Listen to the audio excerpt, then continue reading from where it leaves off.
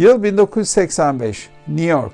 Bir karı koca şiddetli biçimde kavga etmektedirler. Aslında adamın çocuğunu okula bırakması gerekmektedir. Fakat bunu ihmal ederler, çocuk kendisi okula gitmeye karar verir. Bir süre sonra okuldan gelen telefonla çocuğun okula gitmediği ve kaybolduğu anlaşılır. Suç, gerilim ve dram türlerini bir araya getiren 6 bölümlük mini dizi Erik'in başlangıcı bu şekildedir.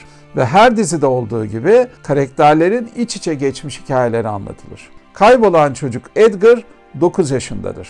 Babası televizyonda 15 yıldır yayımlanan bir kukla şovun yaratıcısı ve çok yetenekli sanatçılarından biridir. Fakat son dönemde reytinglerin düşmesiyle birlikte yeni bir karakter yaratılması gerekmektedir. İşte bu yeni karakterin nasıl olması gerektiğine dair fikir ve çizimler kaybolmadan önce 9 yaşındaki Edgar'dan babasına aktarılmıştı. Ve Vincent oğlunun çizimlerinden yola çıkarak bu karakteri yaratır. Oğlunu ararken de Eric adlı bu canavar ona eşlik eder. Peki bu eşlik nasıl olur? Vincent problemlidir. Hem alkol hem de ruhsal sorunları vardır. Ve Eric oğlunu ararken onun hayali arkadaşı olur. Hem de kendi kendisiyle hesaplaştığı bir vicdani sestir.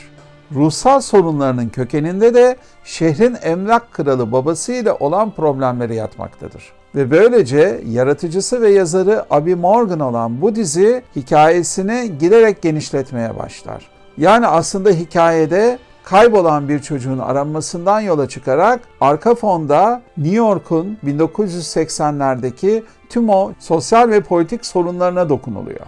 Dizi birbirlerine tahammül edemeyen ve sürekli kavga eden karı koca örneğinden yola çıkarak da çocukların nasıl etkilenebileceğine dair, onların dünyalarına dair son derece gerçekçi bir örnek sunuyor. Diğer yandan da çekirdek hikayenin etrafına ördüğü ahlaki çürümüşlüğe bağlı olarak bir kentteki alt sınıfların nasıl sistem dışına itilmeye çalışıldığını vurguluyor. Erik dizisi açıklamaya çalıştığım gibi çok komplike bir hikaye anlatıyor. Bir sürü türle ilişkisi var ve performanslar da çok güçlü. Başroldeki Benedict Cumberbatch tüm diziyi şahane oyunuyla sürüklüyor.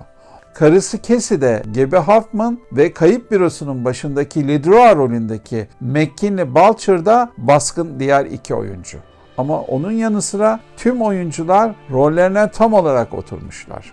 Hem dönemin ruhu çok iyi canlandırılmış hem de ayrımcılıktan rant tutkusuna kadar tüm insani zaaflar doğru yansıtılmış.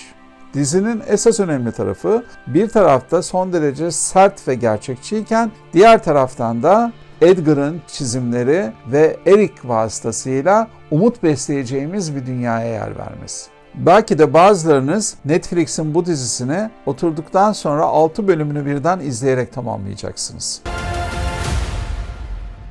Oh, Vincent, Vincent, Vincent.